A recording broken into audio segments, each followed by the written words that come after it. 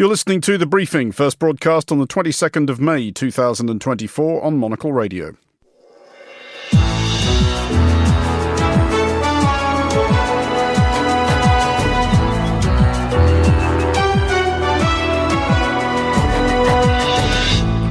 Hello and welcome to The Briefing, coming to you live from Studio One here at Midori House in London. I'm Andrew Muller. Coming up on today's programme. El nuevo gobierno va a trabajar en Europa y, por supuesto, en España para reconocer al Estado palestino. Spain and two other European countries prepare to recognise Palestine. Also ahead, rail workers in Paris extend the case for strikes being a demonstration sport at the upcoming Olympics. We'll wrap up the latest business news and... The war in Ukraine, the conflict in the Middle East, the fighting in Sudan, South Sudan, Eastern DRC, the Sahel, and terrorism in Somalia all demand global leadership. Kenya's President William Ruto makes the first state visit to the US by an African leader for a decade and a half. That's all coming up right here on The Briefing on Monocle Radio.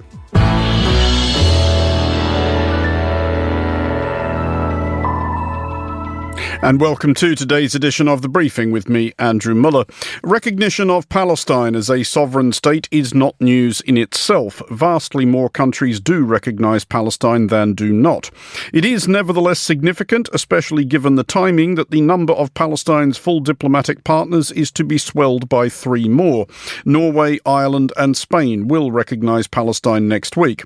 All have been careful to stress that this is not intended to reward the violence of Hamas, but instead to underpin the prospects of a two-state peace. Israel is not buying it and has recalled its ambassadors from all three countries. Well, joining me now from Madrid is Miguel Otero Iglesias, a senior analyst in international political economy at the Elcano Royal Institute and professor at IE University. Miguel, it makes sense to look at Spain first. Why has Spain in particular made this move now? Well, hi there. I think Spain generally has been quite supportive of the Palestinian cause. And this is particularly the case with left-leaning voters. And this is a socialist government that has external support. Well, it's actually in a coalition with more left-leaning forces that have traditionally always been in favor of a Palestinian state, of the Palestinian cause. And so I think, this is a socialist, left-leaning government that in these circumstances and after seeing what's happening in Gaza, they decided to make the move. Is there nevertheless not a domestic political risk here for Pedro Sanchez and his socialists, given that there are at least two reasonably active independent/secessionist movements working in Spain? Well, I mean, the strategy of Sanchez and the Socialist Party in Spain has traditionally been a federalist party that has acknowledged that Spain has a multiple national kind of configuration. So it's a plurinational state, so to speak. Has always accepted the autonomy of these regions, and one could say that because it has worked with this independence, this movements and the secessionist movement over the years, the support for independence, both in Catalonia and in the Basque Country, is at its lowest in recent times. So I think this is more a left-leaning project of supporting Palestine. And I think the parallels between what's going on in Palestine, what's going on in Spain with this independentist movements are not really accurate and are far-fetched. And so I don't think that there should be an effect on that front. Well, let's look at the broader context, which is Spain joining along with Ireland and the EU, Ireland and Norway, rather. Do those three countries have the power to bring more of the EU with them? I know Norway is not a member of the EU, but so far the only country to have recognised Palestine while being an EU member is Sweden. Yeah, I think, all these countries, in many ways, they can be like Canada, if you want, are more neutral, soft powers, medium-sized or small-sized countries that generally they get along with, most countries or almost all countries in the world. They believe in multilateralism. They believe in peace, in equity. And so they have a good image around the world. They can be seen as bridges between different cultures and even civilization and blocks, geopolitical blocks. So I think, it's going to be harder to convince certainly Germany and Austria that are very much strongly opposed to this. But I think, generally speaking, history will be on their side.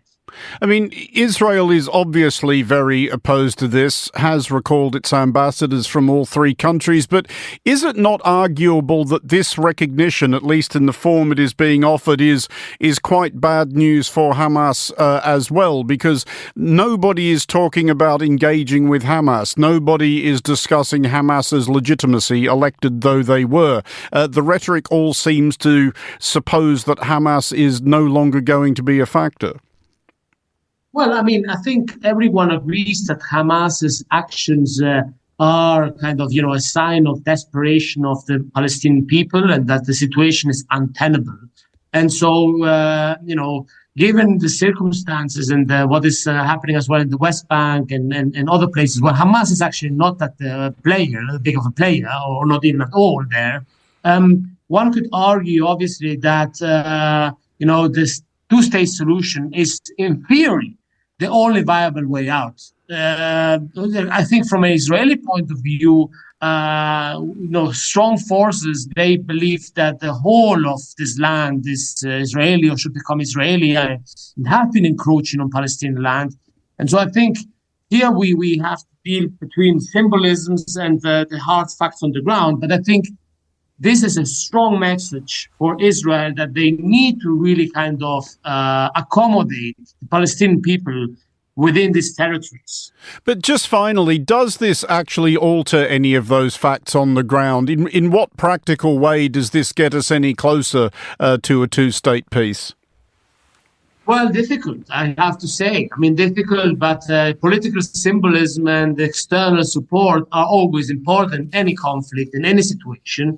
And so I think more than on the ground, I think this is as well a move, and especially what happened now with the International Criminal Court and now how the Western, and especially the Anglo-American double standards are so exposed. And you said it, most countries around the world, certainly in the global South, as we used to call it, the plural South, they are already recognizing the state of Palestine. I think more and more countries in the European Union, they are just very strong unease about these double standards that, if the Criminal Court of Justice, decides that Putin is a war criminal, that a lot of countries in the European Union now, they are hesitant to call Netanyahu the same thing. And so I think the United States is more and more isolated in this. And I think the move should come from there rather than on the ground on what is happening in Israel.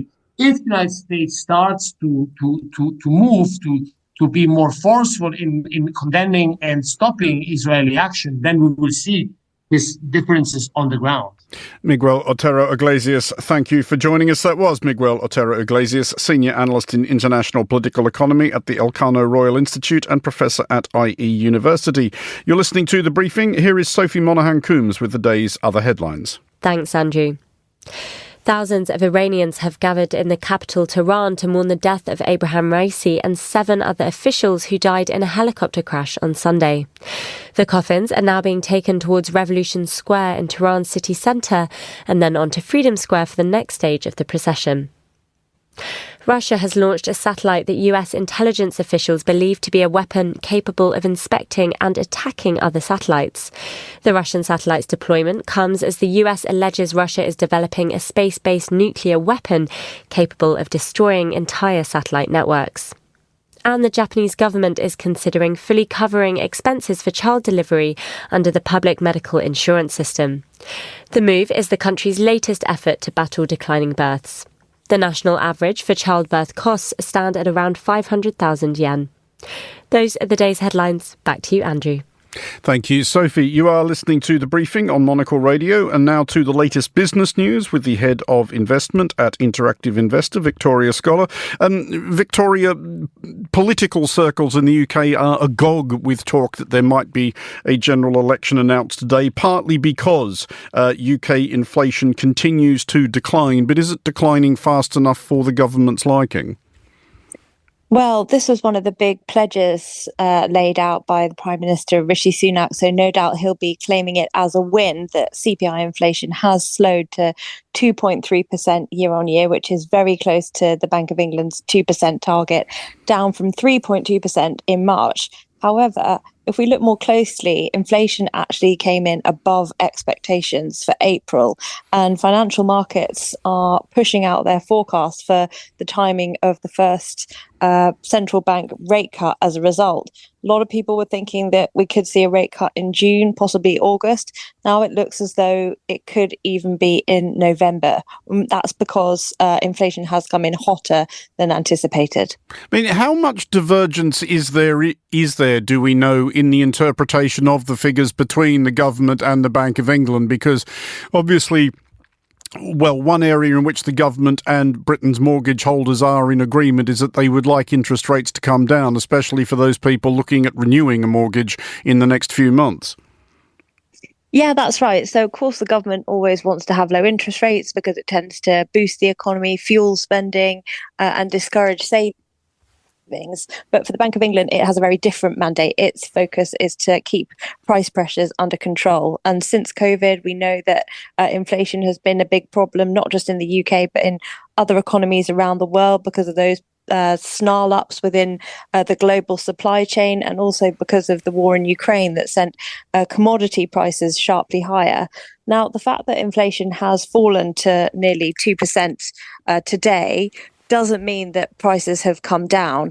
Prices are generally still a lot higher than where they were in, say, 2019, before the onset of the pandemic. And that's been mostly responsible for the cost of living strain that many consumers and businesses have been under.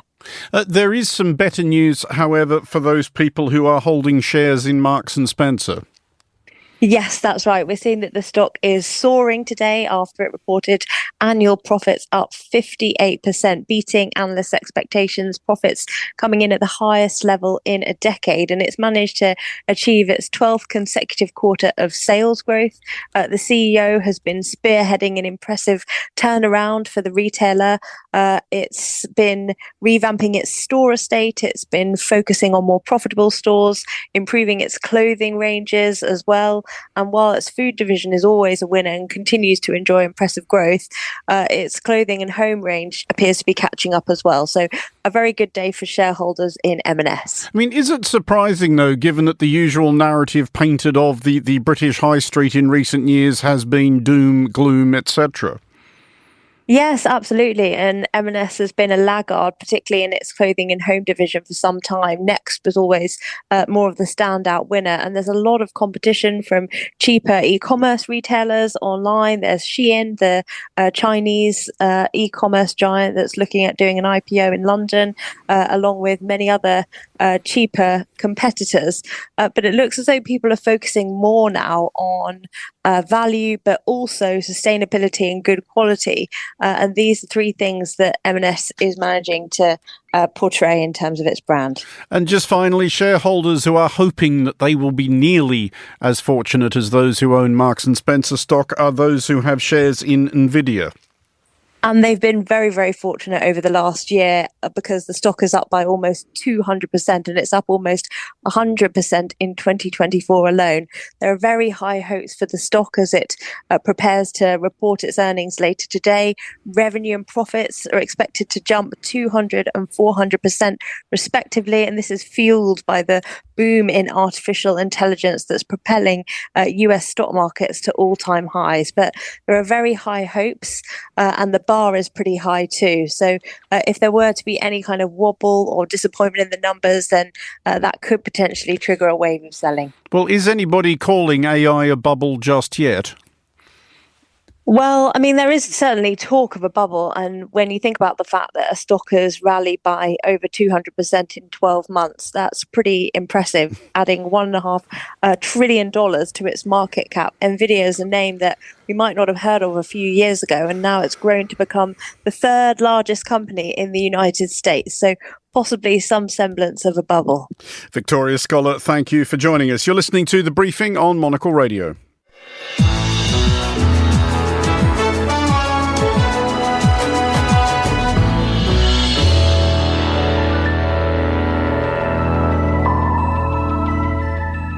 You're listening to The Briefing with me, Andrew Muller, and to Paris now, where there are strikes. And yes, later in the show, to the Vatican, where there is Catholicism, etc. However, with just 65 days to go before the 2024 Paris Olympics, a walkout by drivers and ticket inspectors on suburban commuter rail lines is of greater significance and or menace than usual, especially since the Olympics are the issue. Rail workers' unions are seeking bonuses for working through the games, not least because their metro and bus driving counterparts have already secured bungs of up to €2,500. Well, I'm joined with more on this by Bénédicte Paviot, UK correspondent with France 24. Bénédicte, is it odd that this hasn't been addressed or at least not resolved before now?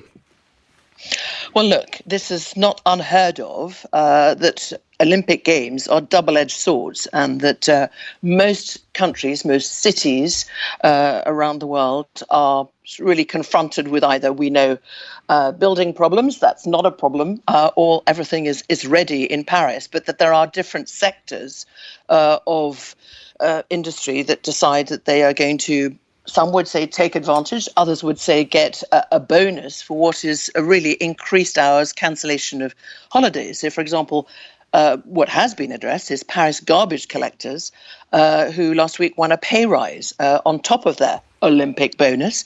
And that way, that has stopped multiple days of walkouts, which were going to happen later in May and over the period of the Games at the end of July and in August. So as a kind of demonstration of the power of the workers on the commuter rail lines, how disruptive has this walkout been? Well, certainly the traffic disruption was severe yesterday. Just 1 in 5 suburban Paris trains were running on Tuesday, as driver strikes were very clearly, loudly demanding bonuses for operating what they say are really extended rail services during the Paris Olympics. And as I was saying, they are really the latest professions that are really trying to have negotiations that are still underway, by the way, between rail unions and train operator SNCF, and there's a big meeting planned for today.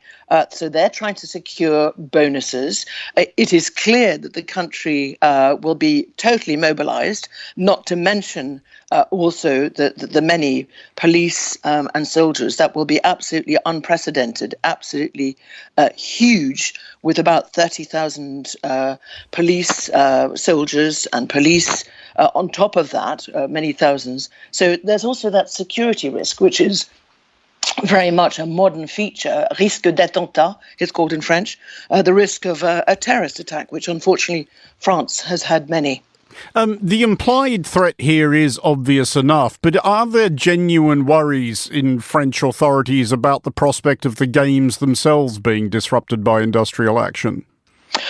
Well, there's always that possibility, but the French authorities are doing everything they can to avoid that and spoil what will be a very special time for France, for the Olympics, for sports, and really what is wanted is great performances, spectacular, of course, promotion for Paris and its suburbs, with not just the Eiffel Tower or the Concorde, where there'll be BMX and breakdancing, but a magnificent, it is hoped, opening ceremony on the Seine. So it's a chance for, any country that hosts the Olympics to showcase its culture, its architecture, its vibrancy, and itself as a tourist destination. And we know that France is, if not the biggest tourist destination regularly throughout the world, but very much in the top 2 or 3. So the hope is that they will not be disrupted and it will be a festival and celebration of sport.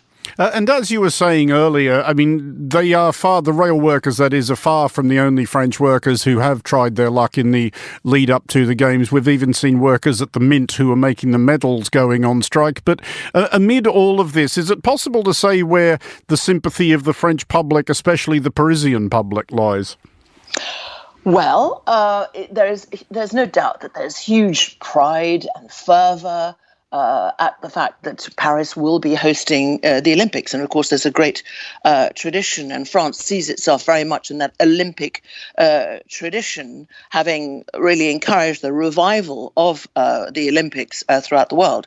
But it would be unrealistic not to reflect also a certain frustration, certainly of Parisians, some who will be, as was true in London in 2012, fleeing the French capital because you've already got the closure of quite a lot of prominent Paris metro stations, tube stations, as the British would know them, which is causing also some frustration and disturbance, but for security reasons. And you've also got diversions and blockage of certain very central Paris streets, for example, around the area of the Concorde and the Tuileries. So this is causing frustration. On the other hand, I'm sure quite a few Parisians are going to be making quite a bit of money, like other host cities, hiring out their beautiful flats, some big, some small, just, as the world descends upon Paris to see what is hopefully, a fantastic celebration, new records, and indeed new sports. Bénédicte Paviot at France 24, thank you for joining us. You're listening to The Briefing on Monocle Radio.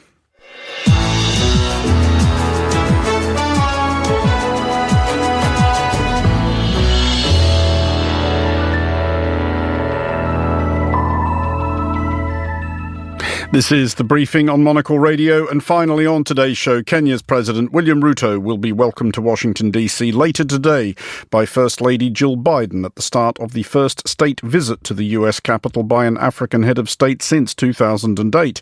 The visit comes at a delicate moment for the United States in Africa, where China is expanding its influence and where only last week Niger's military government ordered an end to security cooperation with the U.S. As Simon Marks reports, President Ruto is challenging the Biden administration to prove that it is serious about deepening its engagement with Africa. The city of Atlanta didn't just roll out the red carpet for Kenyan President William Ruto and his wife Rachel, the country's First Lady, when they flew in on Monday. It rolled out a local African-American marching band as well. Even before his official state visit to Washington begins later today, the Kenyan president has made good use of his time in the United States, making it clear that he has not just travelled here to request a deepening of American partnership with Kenya, but to persuade the Biden administration to get its head back in the game more generally across Africa. This visit is a historic milestone as the first state visit by a Kenyan head of state in 2 decades. President Ruto's spokesman, Hussein Mohammed. The visit demonstrates the robust partnership between Kenya and the United States and is a fitting tribute to 60 years of diplomatic ties that we are celebrating as Kenya and the United States. Beyond the historical symmetry of that timeline, there is much more at stake over the next 3 days. And speaking after a visit to the Carter Center, the non-governmental organisation founded by former US President Jimmy Carter, which has made extensive contributions across Africa, President Ruto laid out his agenda. The war in Ukraine, the conflicts in the Middle East, the fighting in Sudan, South Sudan, Eastern DRC, the Sahel, and terrorism in Somalia all demand global leadership. He says he wants the United States not just to claim it's committed to partnering with African nations to support them and protect their democracies, but actively to prove it. We now run the escalating risk of democracy and free markets being associated with poverty and suffering. I believe the United States of America has a historic opportunity to lead the free world in dealing with this economic situation and give meaning to democracy and free market economy worldwide, including in Kenya and many other developing countries. He says he envisages the US doing more to support concessionary development financing for every developing country, shoring up African democracies where they are under threat, but also mitigating the impacts of climate change. The concerns that Kenya's leader is voicing here are not unique to Kenya. Earlier this year, unremarked upon in the United States, but much noticed in Africa, President Biden made not a single reference to the continent in his State of the Union address on Capitol Hill. And President Ruto arrives in Washington, emblematic of the balance that many African leaders are now striking. His country is part of China's Belt and Road Development Initiative, even as he also talks about the opportunity for fresh outreach by the United States. Kenya makes a lot of sense for this type of a visit. Analyst Bob McMahon is with America's Council on Foreign Relations. This is one of the closest allies U.S. has actually in Africa at a time when there have been some backsliding and real defeats, I would say, for U.S. on the African continent in terms of its projection of power and influence. Those recent defeats include enormous tensions with South Africa after President Cyril Ramaphosa's government made its move at the International Criminal Court to accuse Israeli Prime Minister Benjamin Netanyahu of genocide in Gaza. Just days ago, the military leaders who seized power in Niger last year insisted security cooperation with the United States that has allowed the Pentagon to use the country as a monitoring post for jihadist activity throughout the region must come to an end. American troops will make an ignominious withdrawal against Washington's wishes no later than September, and the Council on Foreign Relations' Bob McMahon argues that presents an opportunity to work with Kenya. The U.S. would like to maintain a base in Kenya and eyes on the ground in that part of the world where al-Shabaab remains active. And so I think at the end of the day, it would serve them better, these countries better, to be in a closer partnership with the U.S. But the U.S. just has to show more. And again, this first state visit in 15 years, there's a demonstration effect and not just sort of this bit of a crude security transaction that we have sometimes seen in the past. On at least one security transaction, President Ruto is looking for backing from his American hosts. In days, more than 2,500 Kenyan police are due to arrive in Haiti to fulfill a mission on behalf of the United Nations at a time when drugs gangs have overwhelmed the Haitian government and its security forces. President Ruto wants to know that if his police face the prospect of being overrun themselves, then the Americans will, in some fashion, have their backs. In Washington, he'll lay a wreath at Arlington National Cemetery, be welcomed to the White House by President Biden, and will hold meetings with members of Congress. But notably, he will not address a joint session of Congress. The Republican Speaker of the House of Representatives, Mike Johnson, cited a scheduling conflict for his failure to issue that invitation. Some in Kenya argue it's a US election year snub, reflective of the Republican Party's general antipathy towards the continent. This is Ruto. Why don't you get in there? The visit may end up being remembered for one extraordinary image. At the Carter Center, President Ruto came face-to-face with basketball legend Shaquille O'Neal. Well, not exactly face-to-face. O'Neal, who measures 7'1", just over 2 meters tall, towered over the visiting couple. It's an extraordinary picture, and also a reminder that the US more generally may want to tower over Africa, but African leaders facing other choices are now more than ready to stand up to Washington. 1, 2, 3. All right, now. For Monocle Radio, I'm Simon Marks in Washington.